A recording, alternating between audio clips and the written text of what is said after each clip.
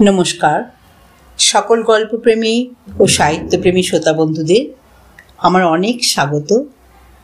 আমার আজকের নিবেদন বনফুলের একটি ছোট গল্প, নদী। পীতাম্বর আমার ছেলেবেলাকার বন্ধু। একই গ্রামে একই পরিবেশে আমাদের বাল্যকাল কেটেছে। আমাদের গ্রামের ঠিক গা ঘেঁষে বইত তরলা নদী। সেই নদীর ধারে পীতাম্বর আর আমি কত খেলা খেলেছি। সেই নদীর জলে কত সাঁতার কেটেছি, কত নৌকা ভাসিয়েছি।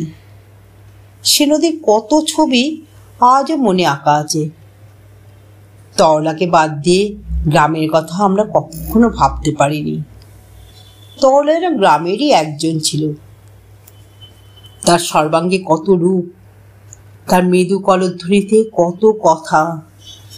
তাকে বড় ভালোবাসতাম। আমার বড় কষ্ট হতো গ্রামের লোকেরা যখন তাতে জঞ্জাল ফেলত। গ্রামের সমস্ত জঞ্জাল জড়ো করে ফেলা হতো তরলার জলে, যেন ও নদী নয়, নর্দমা। তরলা কিন্তু হাসি মুখে সে জঞ্জালও বইত। যখন জঞ্জাল ফেলা হতো তখন তাকে একটু বিব্রত বিপন্ন মনে হতো বটে, কিন্তু তার পর দিনই দেখতাম তরলা আবার হাসছে। মায়ের কোলে যেমন চিরকাল থাকা যায় না, গ্রামের কোলেও তেমনই। গ্রাম ছেড়ে অবশেষে বাইরে যেতে হয়।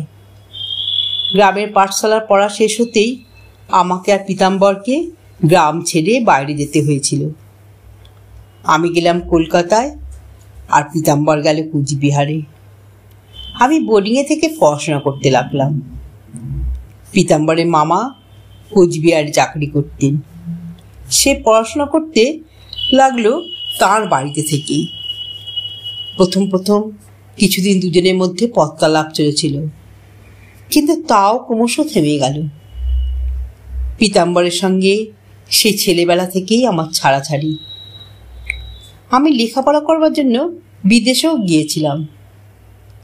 পীতাম্বর কুচবিহারেই তার পড়া শেষ করে কর্মজীবনে প্রবেশ করেছিল। বেশি দূর পড়াশোনা করতে পারিনি সে। ম্যাট্রিকুলেশনের গণ্ডিও পার হতে পারিনি বেচারি। তাই কর্মজীবনে বিশেষ সুবিধা করতে পারিনি, কারণ বাঙালি কর্মজীবন মানে চাকরি। নন ম্যাট্রিকের কর্মজীবন, চাকরি জীবন উজ্জ্বল হওয়ার কথা নয়। একটা আপিসে দিন কত ক্যারিগিরি করবার সুযোগ অবশ্য পেয়েছিল, কিন্তু যা মাইনে পেত তাতে তার কুলোতো না। শেষে চাকরি ছেড়ে ব্যবসা ধরল সে। বিনা মূলধনে এবং বিনা বিদ্যায় যে ব্যবসা স্বচ্ছন্দে চলে, সেই ব্যবসা পুরোহিতগিরি। ব্রাহ্মণের ছেলে, নিষ্ঠারও ফরং ছিল। মিষ্টি কথা বলে গৃহিণীদের মনোরঞ্জন করবার ক্ষমতাও ছিল। তাই এই 12 মাসের 13 পার্বণের দেশে তার রোজগার নিতান্ত মন্দ হতো না। বিবাহ করেছিল, কিন্তু ভগবানের দয়ায় ছেলে পিলে বেশি হয়নি। একটিমাত্র সন্তান হয়েছিল, মেয়ে। তার নাম দিয়েছিল আদরিনী। আমি সিভিল সার্ভিস পরীক্ষায় পাশ করে নানা জেলায় ঘুরে বেড়াচ্ছিলাম। কুচবিহারে যখন এলাম তখন পীতাম্বরের সঙ্গে দেখা হলো। প্রথমে তাকে আমি চিনতে পারিনি। সে যে কুচবিহারে আছে এই কথাও প্রথম আমার মনে পড়েনি। আমার সঙ্গে আমার বিধবা বোন থাকতো। সে খুব নিষ্ঠাবতী ছিল। যেখানেই যেতাম তার পূজা পার্বণ, ব্রত, পুরোহিত প্রভৃতির জন্য পুরোহিত জোগাড় করতে হতো আমাকে। কুচবিহারে এসে পুরোহিতের খোঁজ করতেই পীতাম্বরকে পেলাম। আমারই অফিসের একজন ক্লার্ক তাকে আমার বাড়িতে নিয়ে এলো। সত্যিই তাকে চিনতে পারিনি আমি। যে সুকুমার গৌরবর্ণ বালক আমার সহপাঠী ছিল, তার চিহ্ন মাত্রও ছিল না পুরুতের মধ্যে। লম্বা, রোগা, একমুখ কাঁচা পাকা গোঁপদাড়ি, গায়ে আড়ময়লা নামাবলি, অনামিকায় অষ্টধাতুর আংটি, শরীরে উপরার্ধ সামনের দিকে একটু ঝুঁকে পড়েছে, মুখে সশঙ্ক হাসি, চোখে উৎসুক দৃষ্টি। মুখের দুকোণে সাদা সাদা খায়ের মতো দাগ। এই চেহারার সঙ্গে আমার বাল্যবন্ধুর বিন্দুমাত্র মিল ছিল না। বাল্যকালে আমরা পরস্পরকে তুই বলে সম্বোধন করতাম। পিতৃপুরুষ একটু ইতস্ত করে হাত কচলে বললে, আমাকে চিনতে পারছেন স্যার? আমি একটু অবাক হয়ে তার মুখের দিকে তাকালাম। এ লোককে যে আগে কখনো দেখেছি তা মনে হলো না। বললাম, না তো, আগে কি কোথাও দেখেছি আপনাকে? সোনাপুর গায়ে আমি আপনার সঙ্গে রাম ঠাকুরের পাঠশালায় একসঙ্গে পড়েছিলাম। আমার নাম পীতাম্বর। আরে, সত্যি বিস্ময়ে অভিভূত হয়ে পড়েছিলাম সেদিন। আদরিনী ক্রমশ আমারই বাড়ির মেয়ে হয়ে গেল। আমি যৌবনেই বিপদনিক হয়েছিলাম। বাড়িতে আমার এই বিধবা বোন ছাড়া দ্বিতীয় কোনো স্ত্রীলোক ছিল না। 2-4 দিন আসা যাওয়া করতে করতে আদরিনী অবশেষে আমার বোন সরলার খুব প্রিয় হয়ে পড়ল। সত্যি ভালোবাসার মতো মেয়ে আদরিনী। অমন নম্র মধুর স্বভাব বড় একটা দেখা যায় না। প্রথম বিভাগে ম্যাট্রিকুলেশন পাশ করেছিল। অর্থাভাবে পীতাম্বর তাকে কলেজে পড়াতে পারেনি। আমি বলেছিলাম, আমি ওর পড়াবার সব ভার নিচ্ছি, ওকে কলেজে ভর্তি করে দাও। কিন্তু পীতাম্বর এতে রাজি হলো না। মনে হলো আমার এই প্রস্তাবে তার আত্মসম্মান যেন একটু ক্ষুণ্ণ হয়েছে। দরিদ্রের আত্মসম্মান বড় তীক্ষ্ণ। সে ম্লান হেসে বললে, বেশি পড়িয়ে আর কি হবে ভাই, শেষ পর্যন্ত তো বিয়ে দিতেই হবে, সেই চেষ্টাই দেখছি। ও ছেলেবেলা থেকে মন দিয়ে শিব পূজা করেছে, ওর ভালো বর জুটবেই। এটি ভালো পাত্রের সন্ধানও পেয়েছি। ভালো পাত্রের বাবা ও পিসুমশাই এলেন আদরিনীকে দেখতে। তাদের আসা যাওয়ার খরচ পীতাম্বরকে বহন করতে হলো। যদিও তারা দুজনেই কেরানি শ্রেণীর লোক, কিন্তু তাদের আবভাব কথাবার্তা থেকে মনে হলো তারা যেন আমির ওমরাও। সাদাতীত খরচ করে পীতাম্বর তাদের খাওয়া দাওয়ার ব্যবস্থা করেছিল। তারা আদরিনীর আপাদমস্তক নানাভাবে নিরীক্ষণ করে দেখলেন, তারপর মত প্রকাশ করলেন, মেয়ে কালু। আমরা উজ্জ্বল গৌরবর্ণ পাত্রে খুঁজছি, এ পাত্রে চলবে না। আদরিনীর রং উজ্জ্বল গৌরবর্ণ নয়, সে শ্যামাঙ্গিনী, কিন্তু ওর মতো শ্রীমতী মেয়ে বড় একটা চোখে পড়ে না। পীতাম্বর হতাশ হলো, কিন্তু আবার পাত্র খুঁজতে লাগলো। দ্বিতীয়বার যে পাত্রটি পাওয়া গেল তাকে সুপাত্র বলা চলে না। IA পাশ করে বাড়িতে বসে আছে। এরা আদরিনীকে পছন্দ করলো বটে, কিন্তু যে পরিমাণ পণ দাবি করলো তা পীতাম্বর দিতে পারল না। পীতাম্বর অতি কষ্টে মেয়ের বিয়ের জন্য 5,000 টাকা জমিয়ে রেখেছিল এক ইন্স্যুরেন্স কোম্পানিতে। এ পাত্র নগদই চাইল 5,000। তাছাড়া অলংকার, বরাভরণ এবং 20 জন বরযাত্রীর যাওয়া আসার ভাড়া, সুতরাং এটাও ফসকে গেল। এরপরও ক্রমাগতই ফসকে যেতে লাগলো। অধিকাংশ লোকেরই মেয়ে পছন্দ হলো না। অনেকের পণের দাবি পীতাম্বরের পক্ষে সাধ্যাতীত হলো। অনেক জায়গায় কুষ্টি মিলল না। এই শেষোক্ত পর্যায়ে আমার এক বন্ধু সুধীরের ছেলে পড়ে। সুধীরও আমার সহপাঠী ছিল, একসঙ্গে প্রেসিডেন্সি কলেজে পড়েছিলাম। তার ছেলে দীপঙ্কর সত্যিই ভালো ছেলে। খবর পেলাম MA পরীক্ষায় বেশ ভালোভাবে উত্তীর্ণ হয়েছে। আমি আদরিনীর সঙ্গে দীপঙ্করের সম্বন্ধ করে সুধীরকে চিঠি লিখলাম। আশা ছিল সুধীর আমার অনুরোধ অগ্রাহ্য করবে না। সুধীর সোজাসুজি অগ্রাহ্য করেও নি। সে মেয়েকে দেখতে চাইলে না। লিখলে, তুমি যখন মেয়ে দেখে পছন্দ করেছ আমার বলবার কিছু নেই, কিন্তু দীপঙ্কর আমার একমাত্র ছেলে, তাই আমার স্ত্রীর বিশেষ ইচ্ছা যে পাত্রের জোটক বিচার করে যেখানে ভালো মিল হবে সেইখানেই ছেলের বিয়ে দেবেন। আদরিনীর কুষ্টি পাঠিয়ে দেওয়া হলো। 7 দিন পরে খবর এলো মিল হয়নি। বাঙালিদের চক্ষু লজ্জা খুব প্রবল। যেখানে সোজা পথে প্রত্যাখ্যান করা সম্ভব নয়, সেখানে বাঁকা পথ অবলম্বন করে চক্ষু লজ্জার মর্যাদা রক্ষা করবার মতো বুদ্ধিও তার আছে। যাই হোক, আমি ওখানে যতদিন ছিলাম ততদিন আদরিনীর বিয়ের কোনো ব্যবস্থা হয়নি।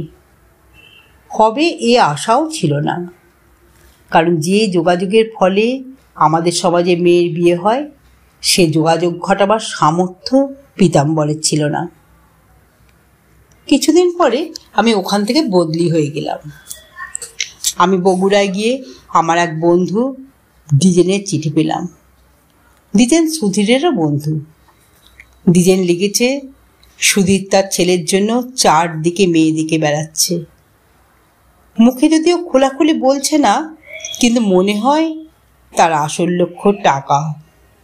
এক জায়গায় শুনলাম খোলাখুলি নাকি সে নগদ 10,000 টাকা চেয়েছিল। মেয়ের বাবা যখন বললেন অত টাকা আমি দিতে পারবো না, বড় জোর 1,000 দিতে পারি, শুধুই কি উত্তর দিলে জানো, লিখলে আপনার প্রস্তাবে আমি রাজি হতাম, কিন্তু দুঃখের সহিত জানাচ্ছি যে কুষ্ঠির মিল হয়নি।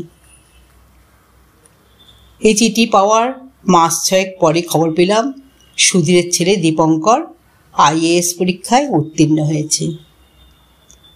এর কিছুদিন পরে সে আমারই কাছে ADM হয়ে এলো ট্রেনিং নেবার জন্য। খুশি হলাম তাকে দেখে। এসেই সে তার বউ নিয়ে আমার সঙ্গে দেখা করতে এলো। কালো শুঁটকো লম্বা একটি মেয়ে। শুনলাম যাতে সোনার বেনে, কিন্তু লেখাপড়ায় ভালো।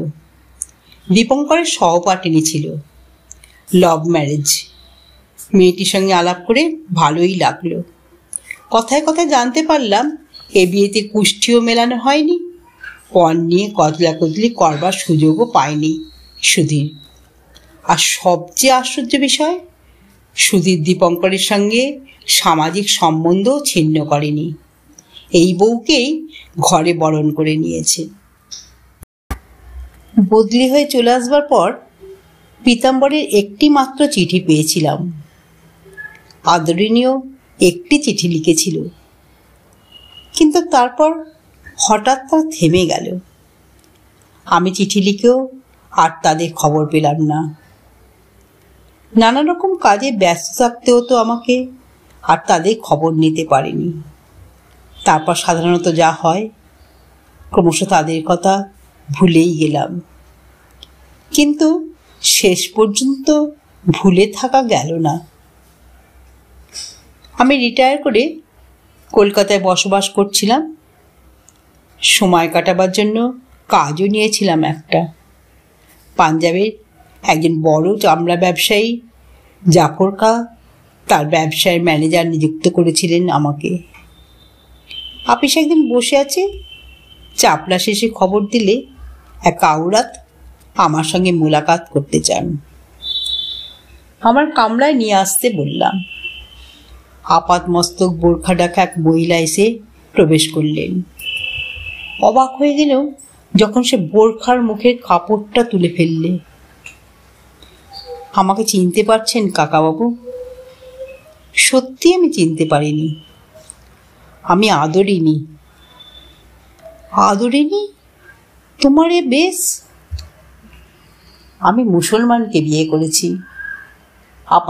আপনাদের সমাজে তো ঠাঁই পেলাম না, এরা আমাকে আদর করে নিয়েছে, এরা আমাকে আদর করে রেখেছে। আমি সুখে আছি। আমার স্বামী আপনার অফিসেই আপনার অ্যাসিস্ট্যান্ট ম্যানেজার। কাদের সাহেব তোমার স্বামী? হ্যাঁ। নির্বাক হয়ে রইলাম। একটি ছেলে দরজার ফাঁক দিয়ে উঁকি মারছিল। সুন্দর ফুটফুটে ছেলে। এটি আমার ছেলে। আব্বাস, এদিকে আয়। নানা, নানাকে আদাব কর। আব্বাস এসে আদাব করল। আমি তার গাল টিপে একটু আদর করলাম। কি করে আদরিনী মুসলমানকে বিয়ে করল, পীতাম্বরের খবর কি, এসব কথা আর জিজ্ঞাসা করতে সাহস করলাম না। অনেকদিন পরে সোনারপুর গিয়েছিলাম একবার। গিয়ে দেখলাম তরলা নদী আর গ্রামের পাশ দিয়ে বইছে না। তার জলে জঞ্জাল ফেলে ফেলে গ্রামের লোকেরা তার খাদ প্রায় বুঝিয়ে দিয়েছে। নদী কিন্তু মরেনি, সে তার গতি পরিবর্তন করে পাশের গায়ে গা ঘেঁষে বইছে। যে নদী সোনারপুরের শোভা ছিল, যে নদী সোনারপুরকে শস্য শ্যামল করে রাখত, সে নদী এখন রহিমগঞ্জের পাশ দিয়ে বইছে। রহিমগঞ্জের শোভা সমৃদ্ধি বৃদ্ধি করছে। নদী গল্পটি এখানেই সমাপ্ত হলো। যদি শ্রোতা বন্ধুদের আমার গল্প পাঠ ভালো লেগে থাকে তাহলে অবশ্যই আমার চ্যানেলটিকে সাবস্ক্রাইব করে পাশে থাকা বেল আইকনকে প্রেস করে অল করে দেবেন। তা যখনই নিত্য নতুন গল্প আপলোড করব আপনারা পেয়ে যাবেন। আপনারা সবাই খুব ভালো থাকবেন। নমস্কার।